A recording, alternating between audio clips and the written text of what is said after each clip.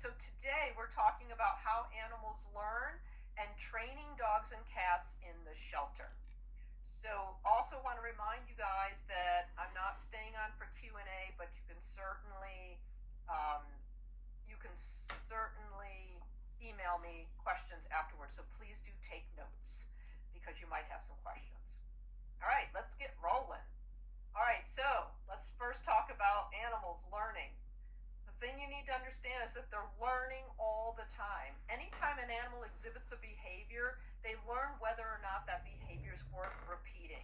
And what we say in my field, the behavior field, is animals do what works. And so let's look at these pictures. Does it work for this dog to get up on the kitchen table? Sure, he gets to look out the window all day, lick the crumbs from breakfast, lay in the sun. Does it work for this kitty to get inside the crock pot? And I would say, sure, it's a nice comfy place to lay. Does either of these work for their owner? And I would say, no. Nobody wants their dog and their little feet on the kitchen table, or their kitty with their kitty litter paws in the crock pot. But do the animals care? They don't care unless you're right there telling them to get down or get off or get out, right? Otherwise, if it's working for them, they're going to do it again. Now, animals basically learn two ways. So before we start talking about how we train animals in the shelter, you have to understand how they learn. And so the two ways that animals learn is through both classical conditioning and operant conditioning. And I'm going to describe each one so you understand what they are. We'll start with classical conditioning. Now, you guys might have heard of Pavlov, and you hear Pavlovian conditioning a lot. And that is because Pavlov is the scientist who discovered that animals learn through association. With his famous experiment where he rang a bell and gave the dogs food, rang a bell and gave them food, rang the bell and gave them food. And pretty soon, the dogs made this connection between the bell sound and the food. And that connection was so strong that after the connection's made, when he just rang the bell, no food in sight, the dogs would salivate. So you might remember that experiment talked about in school. And so that's called Pavlovian conditioning, but the other name for it is classical conditioning, and it's really just about learning an association between things. So when you pick up that leash, what does your dog know? We're going for a walk. They've made that association. Leash in your hand means we're going for a walk. What does your cat know? When they see the can come out, they hear the pop, and of course smell the food, that they're going to get fed. They learn these associations all the time, and that's Pavlovian conditioning. And the thing about classical conditioning or Pavlovian conditioning is it's always happening. And so we have to remember that both negative and positive associations can happen. So if you're standing near the animal when something scary happens, the animal can then associate you with the scary event and now be afraid of you. And I put this picture of somebody, doing a power wash in a kennel. And so if that's scary for the dog, they're going to associate you with that scary event. And now when you come to feed the dog might be afraid of you. And so classical conditioning is very powerful, and it's happening all the time. And this is one of the many reasons why shock collar training is so problematic. Because if the owner shocks the dog, now the dog is going to have a negative association with the owner, at least when they're holding that little thing in their hand. And so it's really important to understand that they make these associations with good things as well as bad things. Now let's talk about operant conditioning, the other form of learning. And operant conditioning is about learning through the consequence of behavior. So if the consequence of the behavior is reinforcing to the animal, meaning the animal gets something out of it, they get food, they get attention, or they are able to protect themselves, the behavior will happen again. Because if they get reinforced for it, it's working for them, they're going to do it again. If the behavior is not reinforced, it's going to go away. So anytime you see an animal who's doing something more than twice, they are getting reinforcement for it. The first time they don't get reinforcement, they might be, well, let me try it again. But the second time they don't get reinforcement, they're going to say, okay, I'm not going to bother to do that because it doesn't work. Okay, so the consequence of the behavior dictates whether the behavior will happen again. And that's called operant conditioning. Now, because behavior is under the control of its consequences, if we deliberately manipulate the consequences, we can influence behavior. And that is called operant conditioning. The other name for it is training. Training is all about us, the trainer, manipulating the consequence of the behavior to teach the animal what we want them to do or not do. Okay, so that's what operant conditioning is all about. But we, just basically call it training. Now, I want to go through the 4 consequences to any behavior. There's only 4, all right? So, first one is something good happens.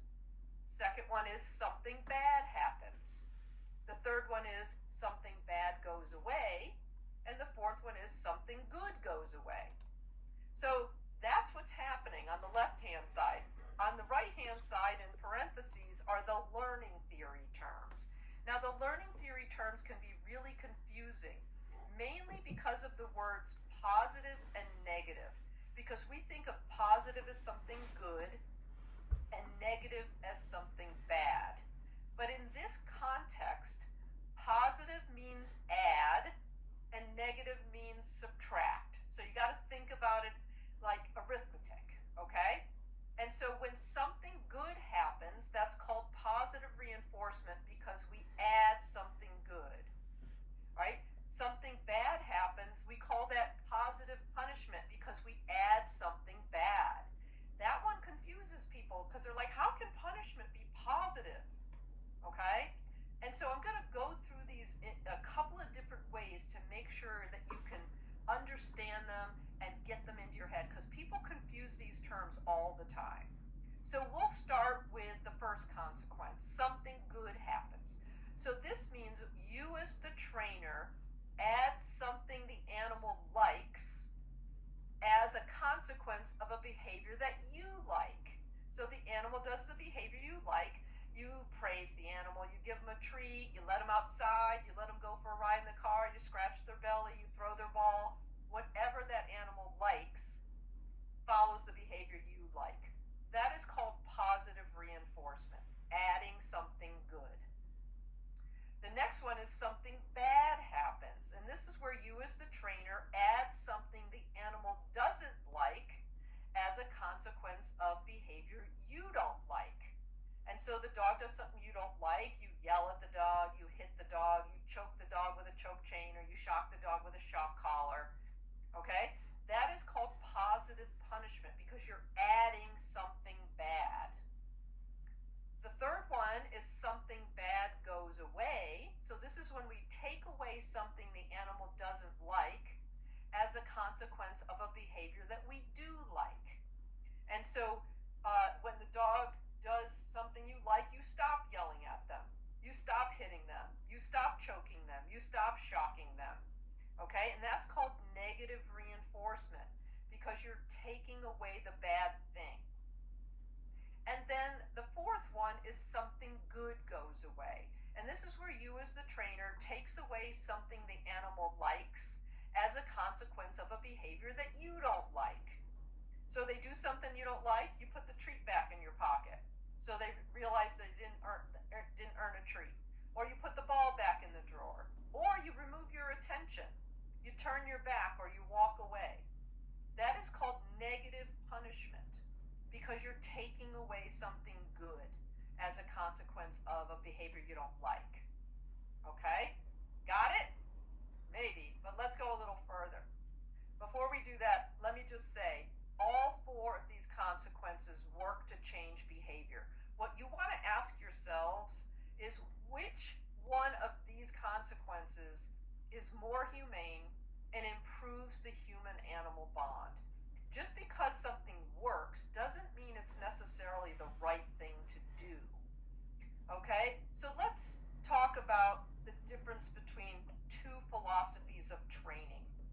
All right. The positive reinforcement trainers primarily reward the behaviors we like with something the animal likes. That's positive reinforcement. And take away something the animal likes in response to a behavior we don't like.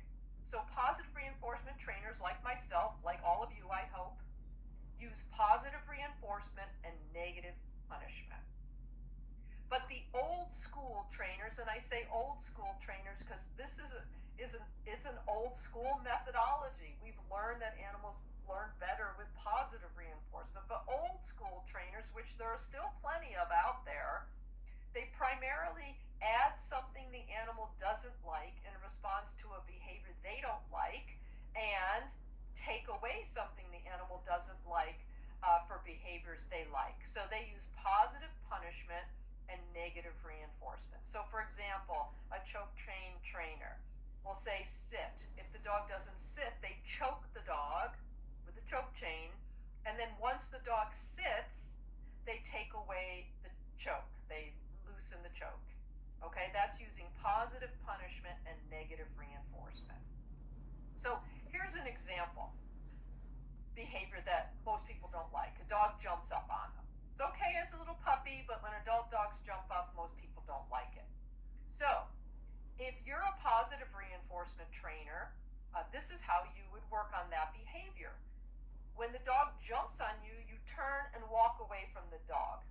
That's negative punishment. We're taking away the thing the dog wants, which is your attention, as a consequence of a behavior we don't like, which is jumping. And then you give the dog the attention when he doesn't jump. Okay, so see how that works? Make the behavior we don't like chase you away and reward the behavior you do like. Now, if that same problem went to a more old school trainer, what they would tell you to do is when the dog jumps up, you grab his ear and pinch it as hard as you can. And then when the dog gets down, stop pinching. Now, the question is, would this work? And the answer is, it probably would work. Because if a dog wants attention and he ends up with pain, then why would he jump up anymore? But the question is, how does it affect your relationship with your dog who simply was trying to say hello to you and you just never taught them how to do it properly? So the analogy I make is if you have kids, you come home from work one day and you're grumpy and your little kid comes running over to you to give you a hug and you're not in the mood, so you punch him in the face, right? You wouldn't do that with your child. Why would you do it with your dog? So do we need to inflict physical pain and emotional distress to train our best friend? Absolutely not. So why use aversive methods if non-aversive methods work too? I have no idea, but I do have an idea actually, because people like to control. People love to punish. Punishment is actually reinforcing for the punisher. And because people like to control things, it's hard to get rid of these old methods.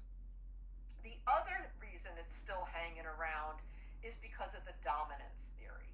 But I'm here to tell you that dogs are not trying to be the boss, right? The dominance theory is a myth. And this myth stemmed from short-term studies of captive, unrelated wolves in the 1940s. I wasn't even born then. Right? Long, long time ago. And further research in the 70s found that wolves do not, in the wild, form dominance hierarchies. They only did that in captivity when they were living with a whole bunch of unrelated wolves. There was the alpha and the beta and the omega, and they used aggression to keep their space in that hierarchy. But wolves don't live like that naturally. They live in family groups just like we do. So it's mom and dad, not alpha and beta, okay? And so the dominance theory doesn't even apply to wolves, so much less dogs. So we definitely got to get rid of the thought that this is actually true about dogs. And please let go of those old ideas. Dogs are not trying to be alpha, so you do not have to be alpha over them in order to train them. Dogs are just trying to figure out how to get what they want in this world. Okay? And that's all they're trying to do. They're another species of animal living with us. They have been the animal that has been domesticated the longest of any animal. We are now their social group. And so it's important for you to understand that they are not trying to be boss. They're just being dogs. They're just trying to figure it all out. Dogs are not obedient to us. They are obedient to the laws of learning. And the laws of learning say animals do what works. But remember, they do what works for them. That's the key. Now, as I said earlier, reinforcement is what drives behavior. So if the behavior is reinforced, the animal's going to do it again. So let's talk about when you're training about schedules of reinforcement. So when you're training a behavior, you want to reinforce every occurrence of that behavior until you build up a good reinforcement history and the animal understands that it's a worthwhile behavior to do. And this is called soda machine mode, because you put a buck in, you expect a soda out. Just like the animal gives you the behavior, you pay them the reinforcement. But once the animal knows the behavior and they will do it when you ask them to do it, then you want to turn yourself into a slot machine, because random reinforcement helps build behavior. If you went to a casino, nowadays they don't have the pulley thing, but they have a little button you push. If you go to a casino and you push the button, you put a quarter in, you push the button, you get a quarter out, quarter in, quarter out, quarter in, quarter out. You wouldn't sit there and get addicted to it. It's that random reinforcement that keeps you sitting there. So random reinforcement keeps dogs on their toes. Is this the time I get the treat? No. Is this the time I get the treat? No. Is this the time? Yay, got the treat. Random reinforcement keeps them trying. So soda machine when you're teaching the behavior, slot machine once the behavior is taught. Now, the reinforcement is information for the animal. So the timing of the reinforcement is important. The reinforcement must be given to the animal while the animal's performing the behavior or within a half a second. That's not very long. Not 5 minutes later, not even 5 seconds later. The reinforcement has to be right there, okay? Now, when we're training with food, which we typically do with all animals, it's difficult and sometimes impossible, depending on the animal and the environment, to get the reinforcement to the animal the moment the animal is doing the behavior you want. Okay, so if your dog is 3 feet away and you're telling them to stay, and you want to reinforce stay, it's hard to get that treat to them. You can throw it, but whatever. You've got to reinforce the moment they do the behavior. And this is where a conditioned reinforcer comes in. So what a conditioned reinforcer is, it's an initially meaningless signal that we deliberately associate with the actual reinforcement through that Pavlovian conditioning that I explained earlier. All right? So our primary reinforcers, the things that animals find reinforcing and will work for, food, play, touch, toys, whatever that is, being let outside, going for a car ride, those are things the animal really likes and finds reinforcing. What a conditioned reinforcer is something like a clicker or a whistle or a specific word that you're going to use for this purpose only. Okay? Those are the conditioned reinforcers.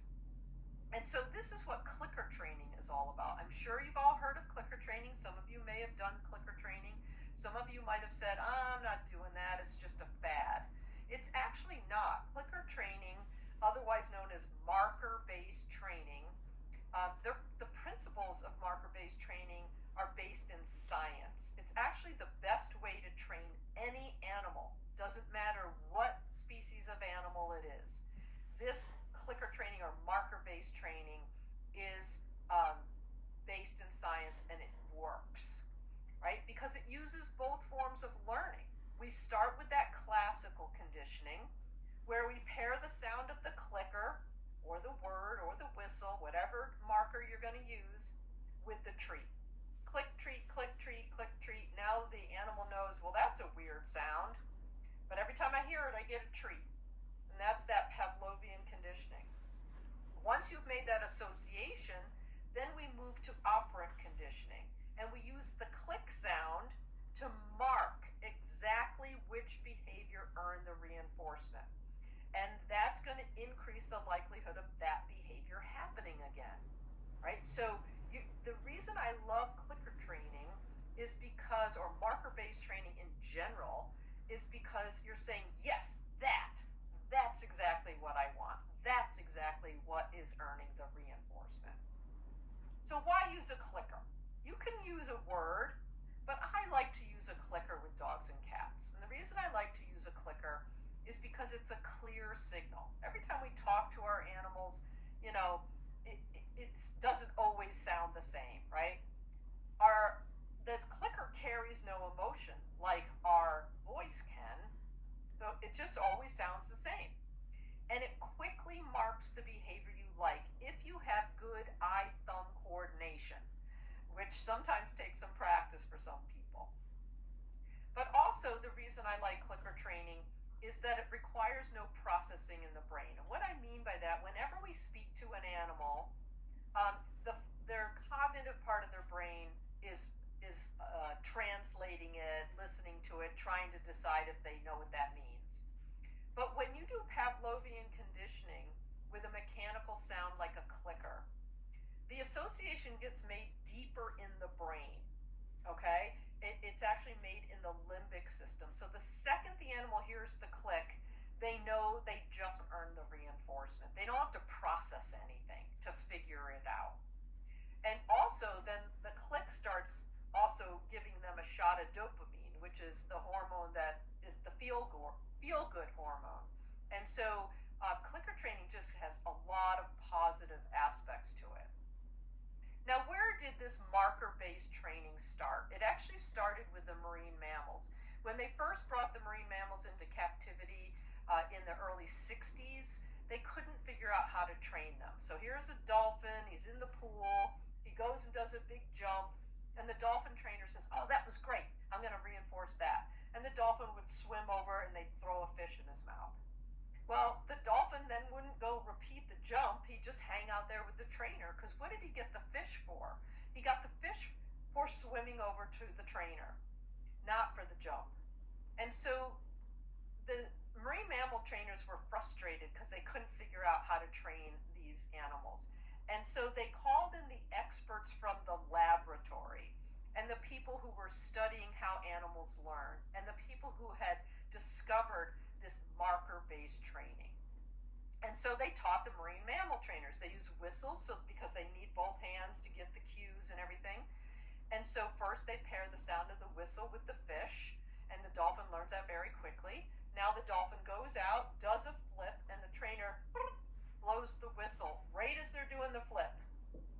And then the dolphin comes over and gets the fish because they know what they got it for, and then they go out and do another flip. Okay, so in the zoo and aquarium field, the marker is called the bridge. It's called that because it bridges the gap of time between the behavior and the reinforcement. Right? So the dolphin hears the whistle way out there, and they don't get the reinforcement until they finish the jump and come over, but the whistle bridged that gap. So the dolphin knows exactly why they're getting that fish. So it's actually really cool. And then clicker training moved from the aquarium to the zoo field. And clicker training does a lot for the animals. Oh, I just want to stick in here that the person who coined the term clicker training was a marine mammal trainer named Karen Pryor. And she was using this method for the marine mammals she worked with at work, and then she'd come home and throw a shock collar, a choke chain collar, she didn't use shock, a choke chain on her dog and take him to class, right? And then she had an epiphany one day. She's like, why can't I use the same method I use on the dolphins on my dog? So she found a little toy clicker, And she started using that and realized very quickly that it was very effective for the dogs. And she coined the term clicker training because of what she was using. Okay? So clicker training in the zoo does a lot for the animals. It provides mental stimulation, it allows them some control over their environment, and it improves husbandry or the care of the animals. And so if we think about what we can do with clicker training to train our dogs, well, we can train them all the basic commands: sit down, stay calm, watch me, touch, with me, or heel, whatever you want to call it. I say with me. You can teach them tricks. You can really teach them anything using a clicker. Now, the important things to know if you're doing clicker training is you click the clicker when the animal does the behavior you like, and then you deliver the treat. So remember, there can be a short delay between the click and the reinforcement because the click is the bridge, as I just described. So people think you have to click and then quickly give them the food.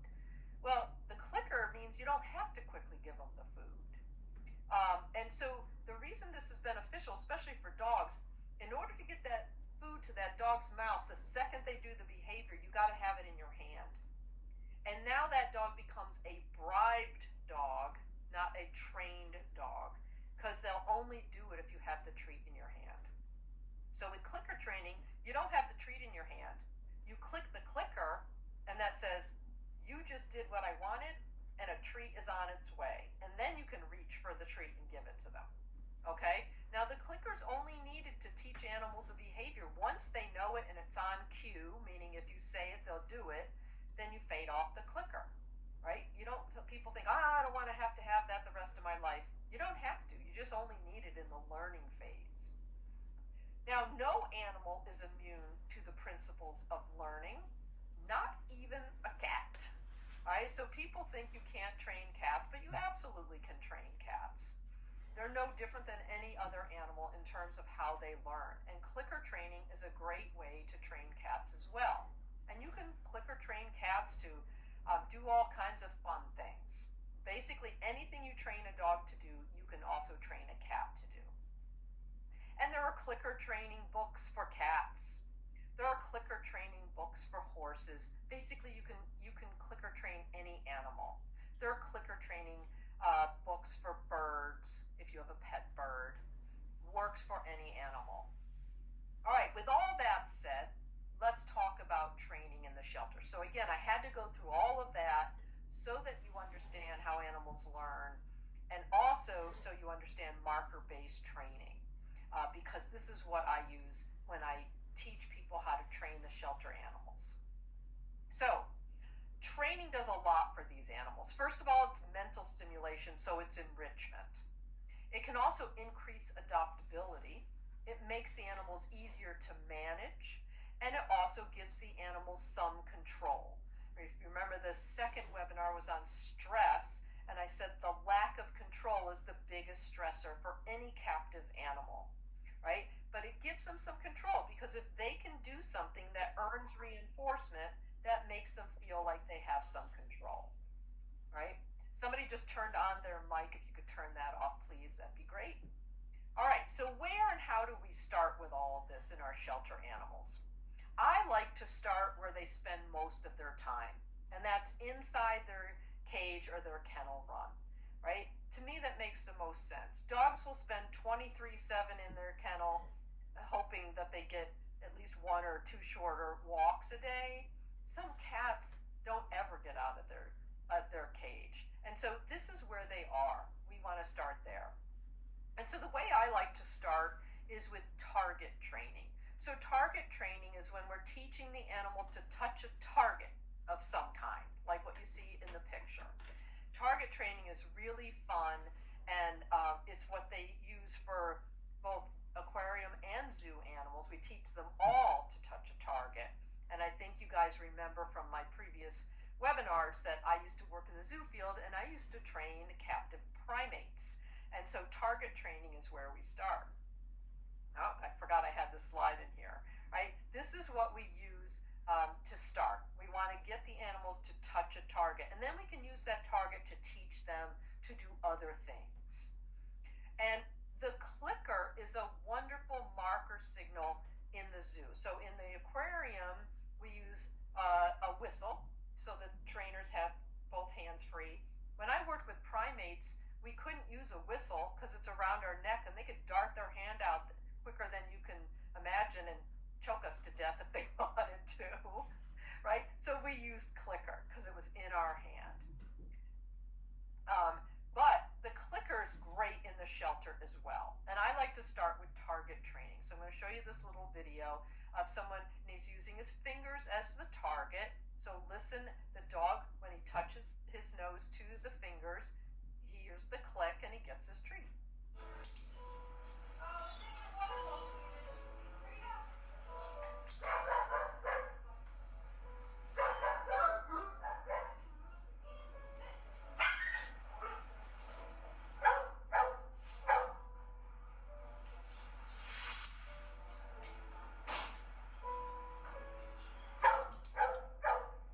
Now notice how engaged that dog is, right? And also notice that when the target was presented and the dog didn't touch it, didn't get yelled at, you just move it and try again. Now if you don't want to stick your fingers into the dog kennel, and you can do target training with all the dogs, including your bite hold dogs, but you wouldn't want to use your fingers going in.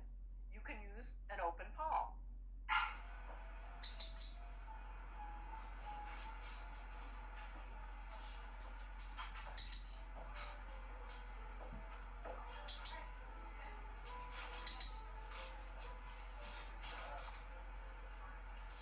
Now I also want you guys to notice that this person is clicker training this dog, and someone else down the row is clicker training another dog. And people ask me all the time, well, how in the world do you do it with multiple dogs at the same time? Well, when I owned a training school, I had clicker classes, and everybody in class had their own clicker, and they're clicking and treating their dog the same time 4 or 5 other people are clicking and treating their dog. They hear the other clicker, but it doesn't have any relevance to them.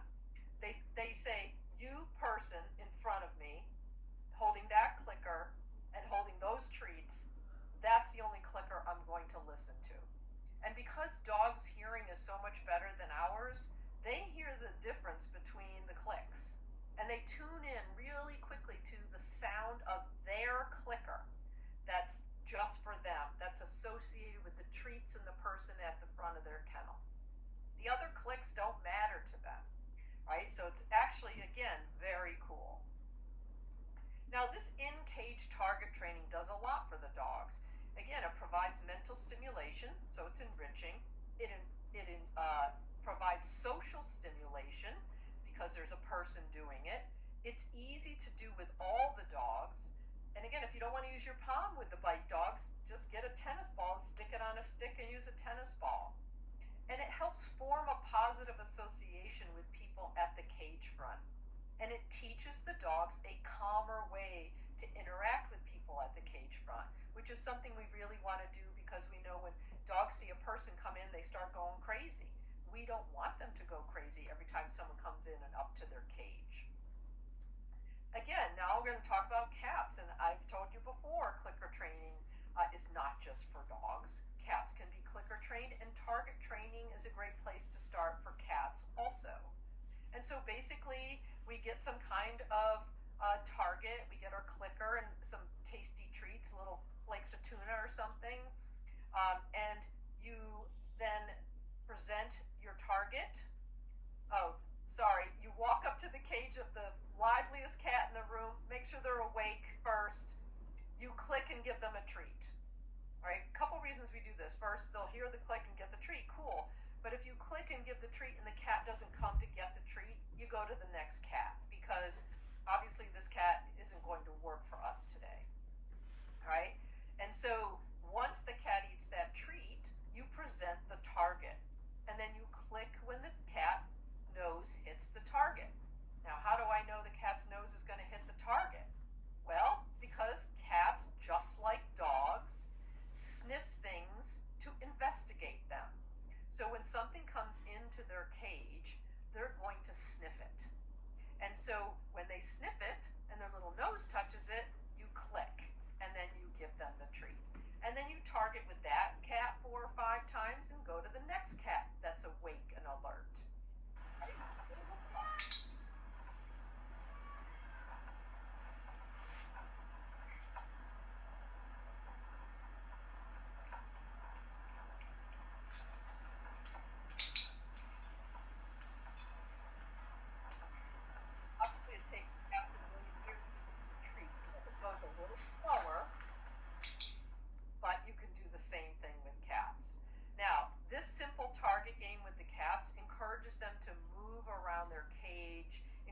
them to interact with a human at the front of the cage, encourages them to think, and it provides them some control, right? Because if they can do something that results in reinforcement, that gives them a little bit of a sense of control. Now, the next thing we want to think about training is training for adoptability. So let's talk about training cats to increase their adoptability. Research shows that people pick cats who pick them.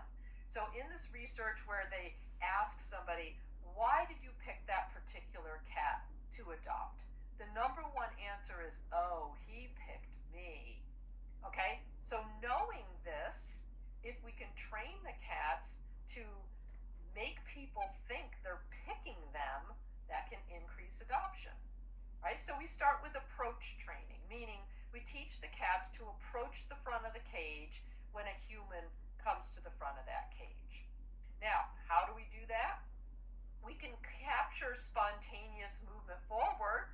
So you walk up to the cage and the cat just automatically comes forward and you click and treat.